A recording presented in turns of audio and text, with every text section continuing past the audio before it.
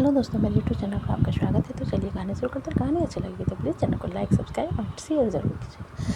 मृत्युंजय महक के बाद सुन डॉक्टर की तरफ देखते हुए मिसेज पांडे जाकर चेक कीजिए। डॉक्टर अपना सिर हिलाकर कमरे की तरफ चले जाते। वहीं इंस्पेक्टर पांडे निमृत की तरफ कन्फ्यूजन में देखने लगते। वीर इंस्पेक्टर पांडे के कन्फ्यूजन भरी आंखों को देख कर बोला, गिरफ्तार कीजिए अपने एसपी साहब को। उसने हमारी बहन के साथ ज़बरदस्ती करने की कोशिश की, उसे ज़बरदस्ती अगवा किया और हमारे बहनों को अभी भी अपने पास रखा है।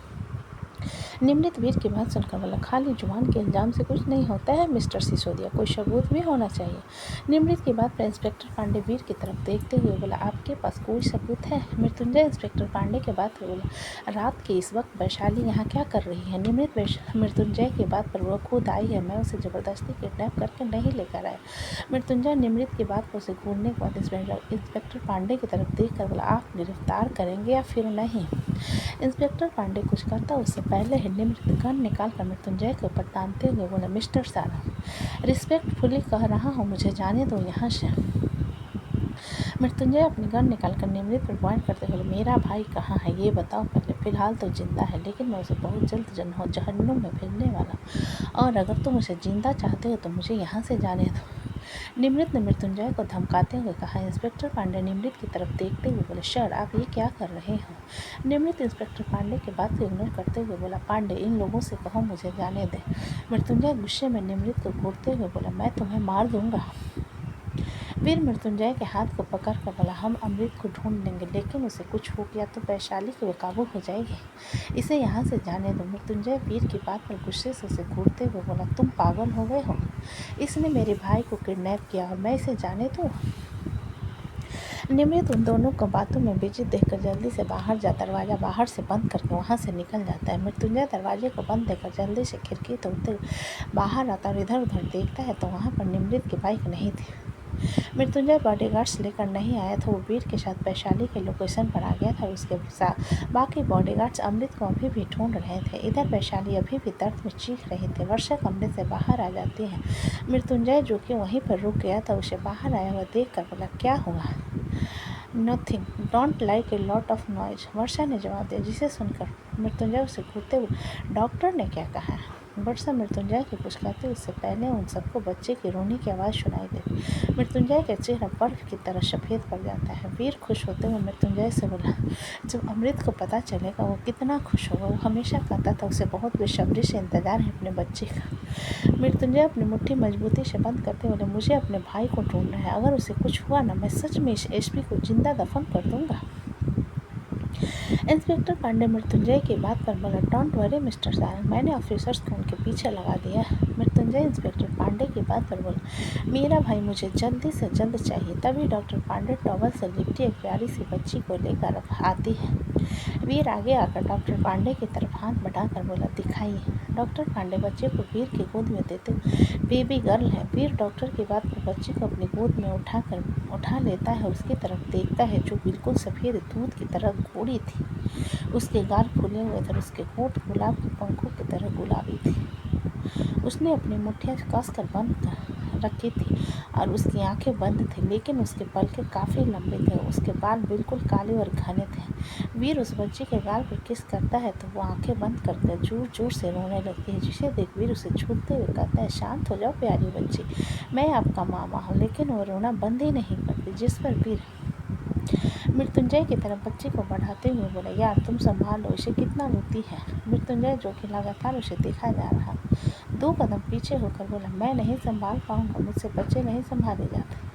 वीर मृत्युंजय की बात पर बोला, सोफे पर बैठो। मृत्युंजय वीर की बात पर सोफे पर बैठ जाता है तो वीर उसकी गोद में बच्ची को दे देता। मृत्युंजय की गोद में जाने के कुछ पल बाद वो चुप होकर अपनी उंगली को मुँह में डाल सक करने लगती। मृत्युंजय उसके हाथ को मुंह से हटाते हुए, अरे ये गंदा होता है। मृत्युंजय के हाथ को पकड़ने पर वो कसकर मृत्युंजय को उंगली को पकड़ लेती और धीरे से अपनी आंखें खोलकर मृत्युंजय की नीली आंखों को देखने लगती है। मृत्युंजय उसकी स्टेन ग्रे आंखों को देख उसके गाल को हल्का से छूकर बोला, हेलो। मृत्युंजय के गाल को छूने पर धीरे धीरे मुँह बनाते हुए सिसकने लगती है, जिसे देखकर मृत्युंजय जल्दी से उसे झुलाते हुए कहता है, रोना मत, मैं नहीं छूऊंगा।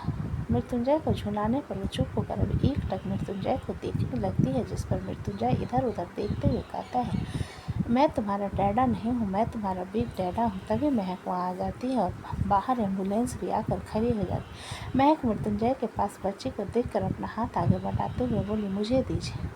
मृत्युंजय महक की बात पर बच्ची को उठाने के बजाय बोला, तुम खुद ले लो।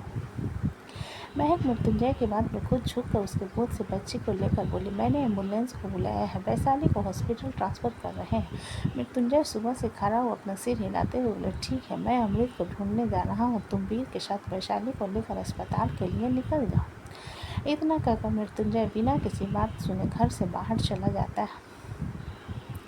मृत्युंजय के जाने के बाद वैशाली, जो अभी भी होश में थी, कमरे से बाहर आती है। उसके साथ डॉक्टर पांडे भी थे, जो उसे संभाल रही थी। वैशाली इधर देखने के बाद महक की तरफ देखकर बोली, वो कमीना कहाँ है? महक वैशाली की बात सुनकर बोली, वैशाली तुम चुप रहो, तुम हॉस्पिटल चल रही हो। वैशाली अपना सिर नहीं में हिलाकर बोली, हम बिल्कुल ठीक है, हमको हमारा पति चाहिए। वीर बच्ची की तरफ इशारा करते हुए वैशाली से बोला, बच्ची को देखो, तुम दोनों को हॉस्पिटल जाना होगा कुछ चेकअप के लिए। वैशाली अपनी बच्ची की तरफ देखते हुए महक के पास जाकर उसके गाल को छूकर बोली, बिल्कुल अपने पापा की तरह दिखती हो, लेकिन हमको तुम्हारे पापा को लेने जाना है, इसलिए अपनी बड़की अम्मा के साथ रहो। इतना कहकर वैशाली उसके माथे पर चूम लेती है, जिस पर महक उसके हाथ को पकड़ कर कहती है, कोई ज़रूरत नहीं है, मेरी बात अगर नहीं मानोगे तो मुझसे बात मत करना। वैशाली महक के बात पर अपना सिर नहीं में हिलाकर बोली, एक बार अमृत को वापस आने दो, आप जहाँ कहोगे हम चलेंगे, प्लीज़ दीदी। महक वर्षा की तरफ देखते हुए बोली, वर्षा वैशाली को संभालो और एम्बुलेंस से लेकर कर चलो। वर्षा अपना सिर हिला वैशाली की तरफ आती है, जिस पर वैशाली गुस्से से कहती, हम कह रहे हैं ना, हमें अपने पति के पास जाना है। वर्षा वैशाली के पास आकर उसके गले का वाइटर पॉइंट पर प्रेस करती है, जिस पर वैशाली बेहोश हो जाती है। तो वीर जल्दी से आगे आकर वैशाली के अपने बाहों में उठाकर बाहर ले जाता है। वो लोग एक साथ सभी हॉस्पिटल के लिए निकल जाते हैं। यहाँ पर एक बाइक रुकी हुई थी और अमृत की कार भी वहीं पर खड़ी हुई थी और अमृत घुटनों के बल जमीन पर बैठा हुआ।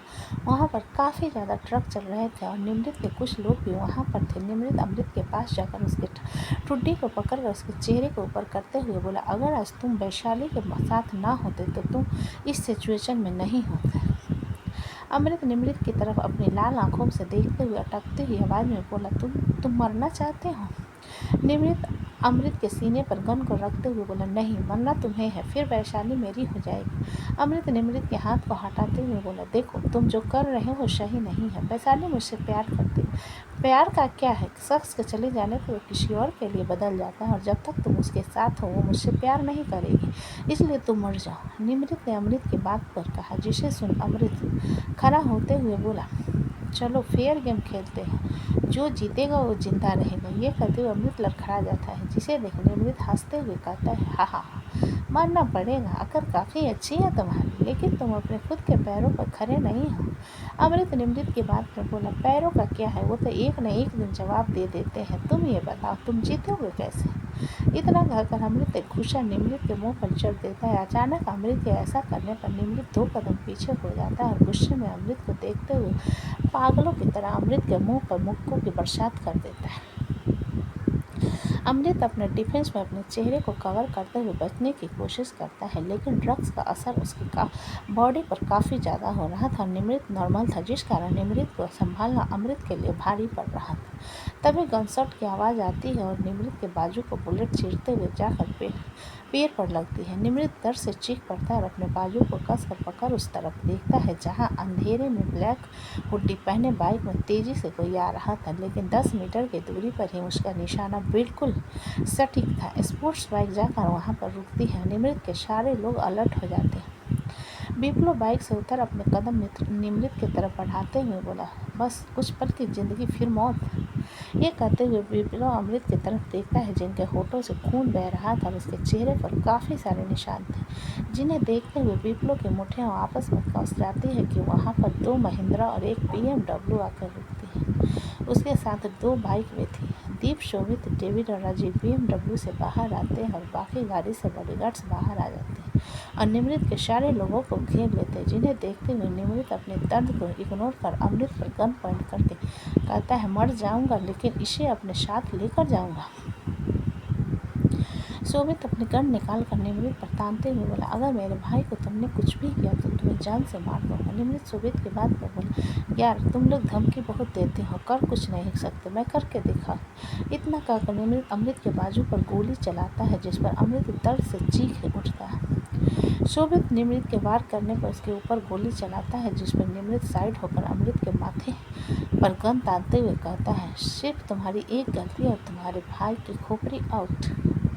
डेविड निमृत को ऊपर से लेकर नीचे तक देखने लगता है और अमृत की तरफ देखता है, जो कि उसके सामने खड़ा हुआ था। डेविड अपनी गन निकालते हुए सारे बॉडीगार्ड से बोला, इसके लोगों को मार दो। डेविड के बाद प्रदीप उसकी तरफ देखते हुए बोला, तुम पागल हो गए हो? अगर उसने अमृत को मार दिया तो?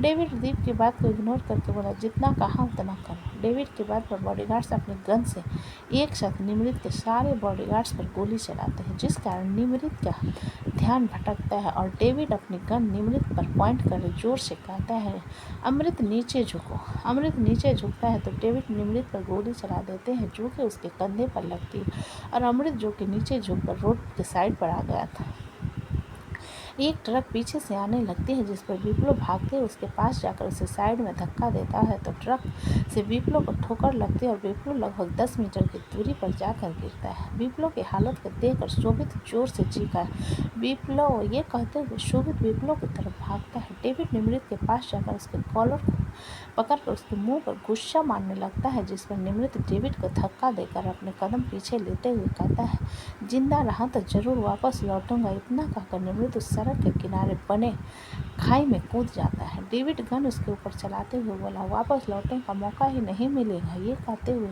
डेविड निमृत के ऊपर सारी गोलियां उतार देता है, लेकिन सिर्फ 2 गोली निमृत को लगती है, जो कि एक पेट और दूसरा उसके पैर पर था। इधर शोभित भागते हुए विप्लो के पास पहुंच उसकी तरफ देखता है तो विप्लो हिलडुल नहीं रहा और उसके कपड़े फट चुके थे और उसका पूरा शरीर खून से लथपथ था, जिसे देखते हुए शोभित जल्दी से बैठकर विप्लो को गाल को थपथपाते हुए बोला, विप्लो, विप्लो भाई उठ जा यार। ये कहते हुए शोभित की आंखों से आंसू बहने लगते हैं, लेकिन विप्लो अपनी आंखें नहीं खोल रहा था। वही डेविड अमृत को संभालता है, जो कि बेहोश हो गया था क्योंकि ड्रग्स का असर उसकी पूरी बॉडी पर हो चुका था। उसकी हालत को देखते हुए डेविड जल्दी से उसे अपनी गोद में उठा चिल्लाते हुए राजीव से बोला, डॉक्टर को कॉल करके ऑपरेशन थिएटर रेडी करने के लिए कहो। इतना कहकर डेविड जल्दी से अमृत को गाड़ी के अंदर सुला देता है और खुद ड्राइविंग सीट पर बैठ जाता है और शीट बाहर निकाल कर शोभित पर चिल्लाते हुए कहता है, वहाँ पर बैठकर रोने से कुछ नहीं होगा इडियट, विप्लो को लेकर आओ। शोभित, जो कि खून से लटपट विप्लो को देखकर हद से ज़्यादा पैनिक हो गया था, विप्लो को जल्दी से अपनी गोद में उठाकर दूसरी गाड़ी में बैठ जाता है और उसकी गाड़ी फुल स्पीड में हॉस्पिटल के लिए निकल जाती है। दीप वहीं पर रख कर राजीव की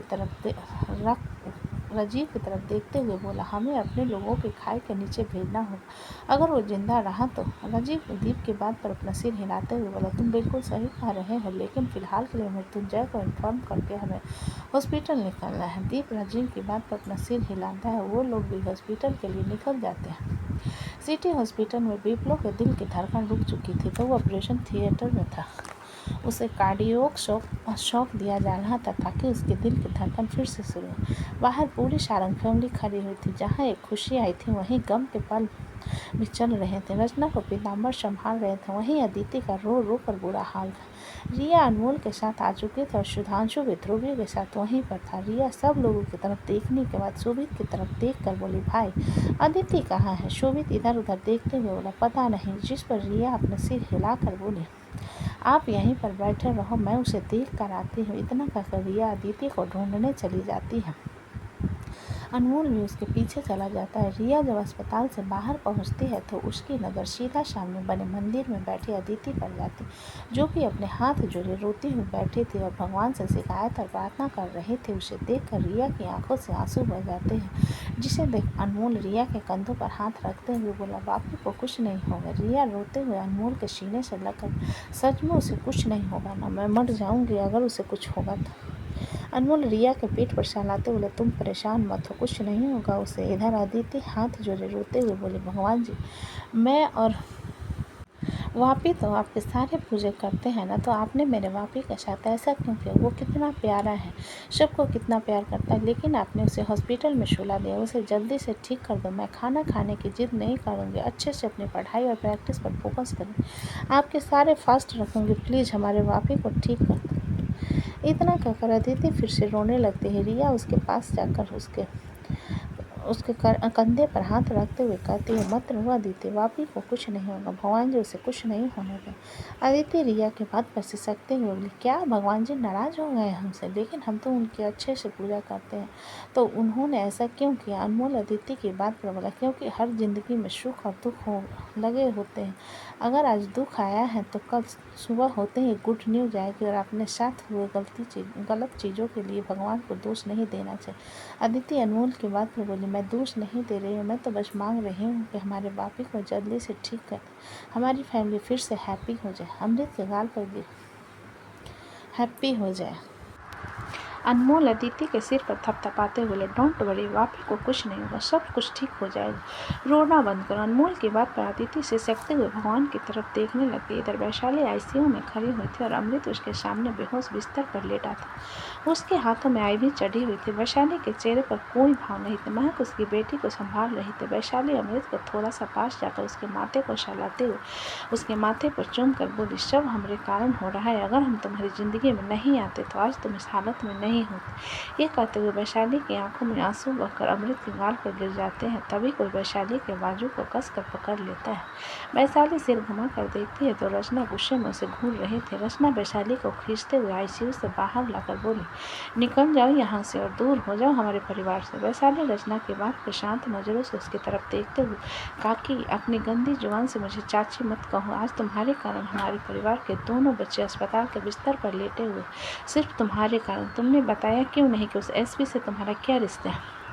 रचना ने गुस्से में चिल्लाते हुए कहा। रचना के चिल्लाने की आवाज़ पर सब लोग यहाँ पर आ जाते हैं। मृत्युंजय रचना की तरफ देखते हुए कहता है, क्या हुआ चाची, अब वैशाली पर क्यों चिल्ला रही हो? रचना गुस्से में वैशाली की तरफ इशारा करते हुए, इसे यहाँ से जाने के लिए कहो, इसके कारण सब कुछ हो रहा है।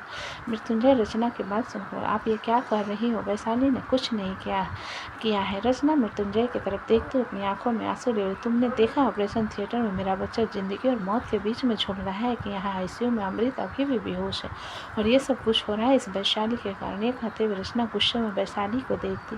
वीर रचना की बात पर बोला, आप इस तरीके से वैशाली पर इल्ज़ाम नहीं लगा सकते, उसने कुछ नहीं किया है, बल्कि उसने सबको बचाना चाहा, और विप्लव अमृत किसी को कुछ नहीं होगा। रचना वीर की बात सुनकर उसकी तरफ देखते हुए, हमारे परिवार में सब कुछ बिल्कुल सही चल रहा है। जब अपने बदले के लिए सब वैशाली ने हम लोगों का इस्तेमाल किया, तब से सब हमारे दुश्मन बन गए। सिर्फ वैशाली के कारण ये हमारे परिवार के लिए एक शराब से कम नहीं, और मैं अब इसे हमारे घर में नहीं रहने दूँ। वैशाली रचना की बात पर हम सब कुछ ठीक कर देंगे, ऐसी कोई गलती नहीं होगी आगे से, लेकिन हमको अपने परिवार से अलग मत कीजिए काकी सासू। रचना गुस्से में वैशाली को घूरते बोली, क्यों? ताकि तुम और हमारे घर को आग लगा सको, इसलिए मैं तुम्हारे घर में रहने दूँ? ऐसा होगा ही नहीं, मैं तुम्हें एक पल भी बर्दाश्त नहीं कर सकती। निर्जला रचना की तरफ देखते हुए बोली, रचना कुछ भी बकवास मत करो, वैशाली सारंग परिवार की बहू है और अमृत की पत्नी। आज ही उन दोनों के एक बच्चे है, वो किसी मनहूस से कम नहीं है, जिसने पैदा होते अपने बाप और अपने चाचा को मौत के मुंह में लाकर खड़ा कर। रचना ने गुस्से में कहा। रचना के ऐसे बातों को सुनकर सभी हैरानी से उसकी तरफ देखने लगते हैं। तो दोस्तों, कहानी कैसी लगी मुझे कमेंट में लिखा। अच्छी लगे तो प्लीज़ चैनल को लाइक करें, सब्सक्राइब करें एंड